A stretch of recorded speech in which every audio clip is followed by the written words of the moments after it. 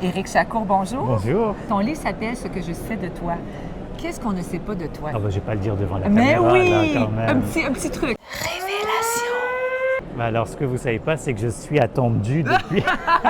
Mon rêve, c'était d'écrire des chansons. C'est vraiment ça que je voulais faire. Pour quel artiste? Oh, bah, il y en a plein de chez nous en plus. Oui. Isabelle Boulay. La regardez. commande, elle est passée, Isabelle. Isabelle, si tu nous On a un regardes. paradis ici. Excellent. De bonnes recommandations.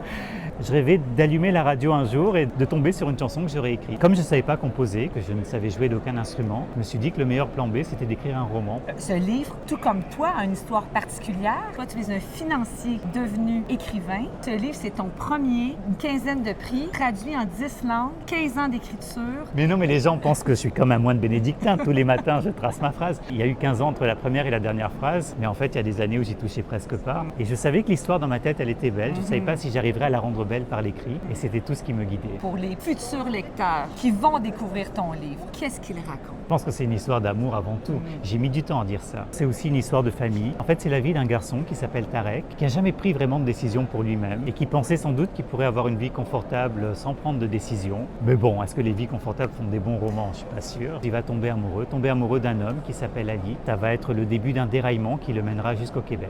Tu viens tout juste de remporter le prix France-Québec, énième prix de ton premier livre. Qu'est-ce que ça représente pour toi? Juste le nom du prix, je pense que ça dit l'histoire de ce livre. C'est un livre qui est né au Québec, qui est né chez nous, dans une maison d'édition qui s'appelle Alto, qui est basée à Québec. Et un jour, il a traversé l'océan, ce que moi, j'aurais jamais pu imaginer. Et sa vie a été en fait une suite de ping-pong entre la France, le Québec, la France. Question, on est en France. Est-ce que le lecteur français est différent que le lecteur québécois? Oh non, le lecteur français, il a un cœur qui bat comme le lecteur québécois. Mais je crois qu'entre la France et le Québec, il y a tant en commun qu'on est tous les deux sensibles aux histoires d'amour. Et puis je pense qu'au Québec, on a une chance incroyable. C'est qu'on est vraiment au confluent de deux cultures. On est au confluent de cette culture française de l'écriture qui aime les jolies tournures, les belles phrases, etc. Et puis une culture plus nord-américaine de littérature où on est beaucoup sur les rebondissements, l'intrigue.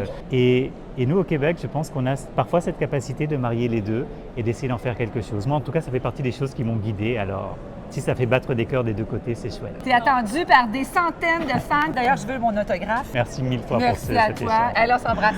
Merci beaucoup. Merci. Et je vais aller essayer mon livre, moi.